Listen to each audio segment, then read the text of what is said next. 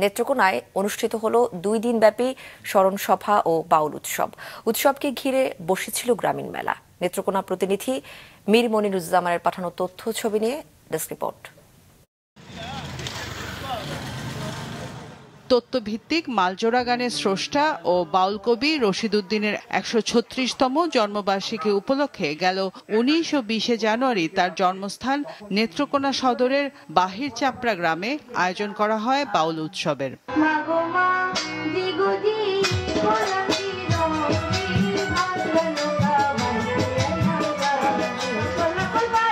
প্রতি বছরের মতো এবারও বিভিন্ন জেলার বাউলরা এই উৎসবে অংশ নেন। বাউল রশিদ উদ্দিন একাডেমি আয়োজিত এই উৎসবের উদ্বোধন করেন জেলা প্রশাসক বনানী বিশ্বাস।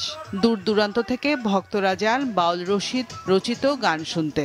রশিদ সাহেবের বাড়িতে ছিল বাউল একাডেমি, এইখানে বাউল গানের প্রশিক্ষণ দেওয়া হতো, বাউল গান দেওয়া হতো এবং এখান থেকে এই এলাকার এবং বৃহত্তর ময়মনসিংহ অঞ্চলের বাউলের গানের একটা প্রসিদ্ধ তা লাভ করে। হাজার হাজার লক্ষ লক্ষ লোক আছে এই জায়গা গান শোনার লেগে। বাউল কবি রশিদ উদ্দিনের রাষ্ট্রীয় পুরস্কার পাওয়া ব্যক্তি একজন।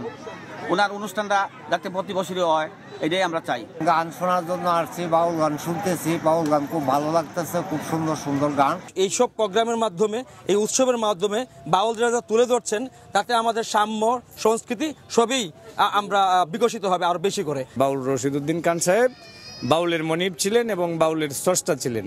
ওনার মাধ্যমে বাউল পয়দা। উৎসবকে ঘিরে বসে গ্রামীণ মেলা। আয়োজকরা জানান, তথ্যভিত্তিক মালজোড়া গানের প্রবর্তক বাউল রশিদের সৃষ্টি বর্তমান প্রজন্মের কাছে তুলে ধরতে প্রতি বছর এই উৎসবের আয়োজন করা হয়। এই বাউল সাধক উনি 136তম যে জন্মবার্ষিকী, ওনার যে আবেদন নিবেদন অনেক আগের থেকেই ছিল, এখনো আছে এবং এই প্রজন্মও যাতে এই মানুষটিকে, এই মানুষের কৃতকর্মকে যাতে স্মরণ করতে করে এবং এই জন্যই আমরা এই প্রোগ্রামটা আমরা অব্যাহত রেখেছি।